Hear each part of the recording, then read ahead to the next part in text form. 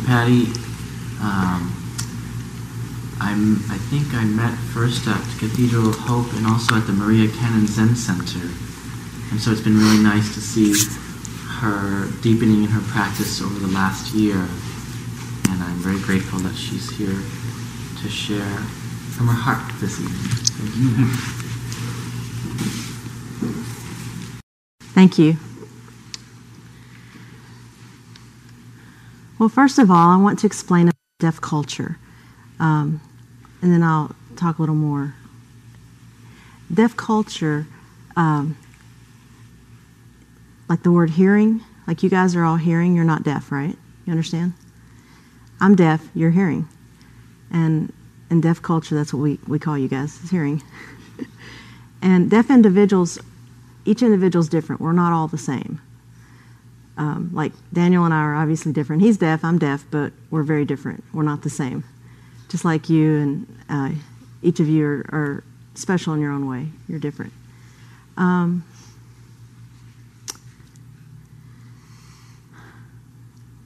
eyes are like your ears for hearing people. Okay?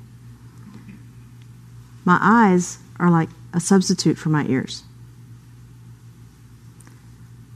And my other senses, like, they take the place of my ears. Like, you hear with what? You hear with your ears? Do you hear with your eyes? Do you feel? You have other senses? Do you use both your eyes and ears? So I take everything in by my eyes and my sense of feeling. Like vibrations, I can feel. I'm more sensitive to, I notice things. Like if ChiSing just moves slightly in his breath, I can notice his breath, his breathing. And I can feel a draft if somebody walks by, and noises, like just different things that go on in the room, I'm more aware of. I really love, deaf people just in general love vibration, loud vibrations, loud sounds. Like a train coming by, if it's near, you can feel the train going by. And I've always been fascinated by, you know what a boombox is? I can feel those vibrations, and it actually relaxes me. Okay? So really, I just wanted to introduce with a little bit about the deaf culture.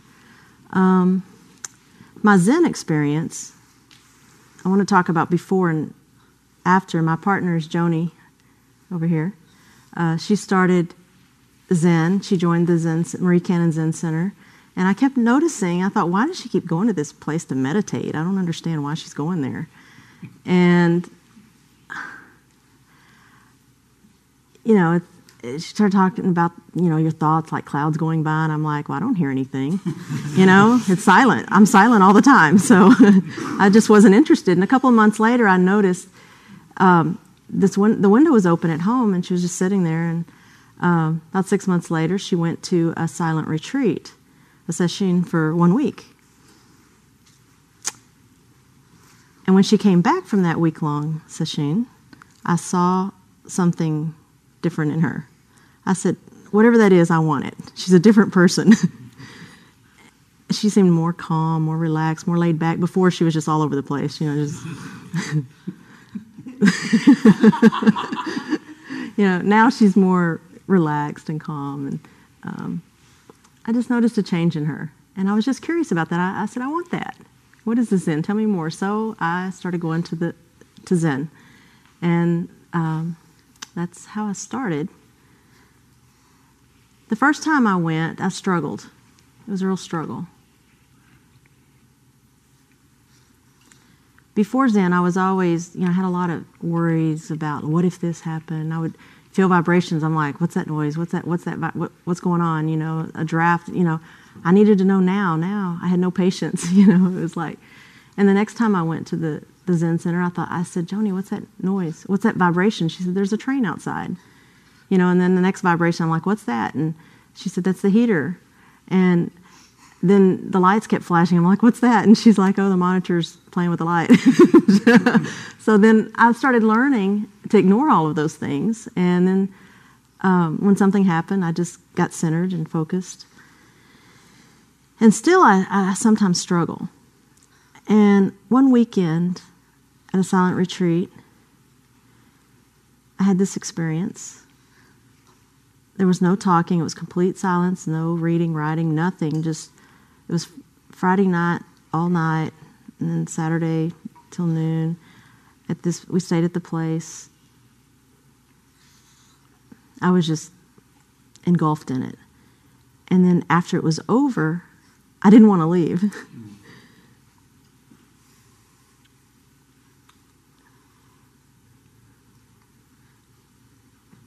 Joni drove me home because I was just kind of out of it. It seemed like everything had been going by so fast, and it was like I was in slow motion. I got home, and Joni went out to play soccer, and I was just around the house, just kind of walking around, and I noticed, dust, and I started cleaning the dust. Before, I hated to clean the house. I just detested it. And so, I wanted to hurry up and get it over with. It's like, get this out of the way and do it. And then that day, for some reason, I was just dusting and taking my time, and I noticed something on the floor. I went and got the vacuum, I cleaned it, and I was just, taking my time, enjoying cleaning the house.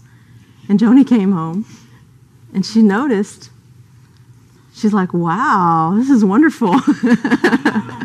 I'm like, what? And she says, I noticed you've changed. And I'm like, I didn't even realize that I had enjoyed cleaning the house. I don't know. I just realized it was different. And then I kept going, and I was like, I struggled. Sometimes I didn't want to clean the house, but sometimes, I just learned to breathe, and while I'm practicing breathing while I'm, cleaning. It's not bad. I just kept going.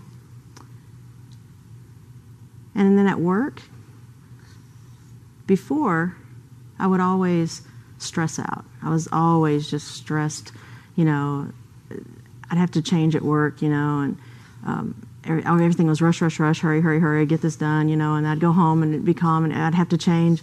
There's lots of changes and from work every day. And now, after 1 year, I've noticed my boss would come up and here, you need to change this. I'm like, okay, whatever. I'll just do it. And my boss is like, whatever. And it's like, well, I don't have to worry about the past, the future, just do it now. And then I'd be finished with it, and no stress, no worries. And I just give it back to him, and it's like, cool.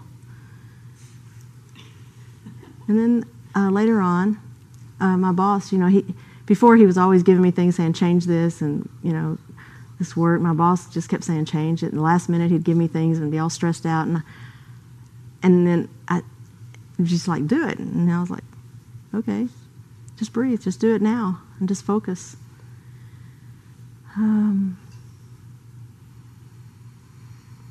Really, the silent retreat, that was the key that really helped me to get more focused. Whether it's a weekend, a day, it just really, really helped me a lot. I tried to meditate. I do meditate every day, like 20, 25 minutes. But the silent retreat, that was key. That really had a big impact on me over the past year.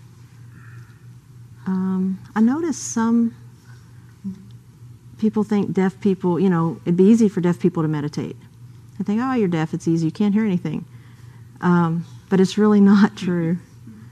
We're more sensitive and take in more things. I can feel like somebody walking by me, every little movement, when it kind of would bother me in my mind. Also, I have thoughts just like you that, the monkey mind thing, that it's like I watch the clouds go by, and I struggle with that too. Hearing people think, I don't know.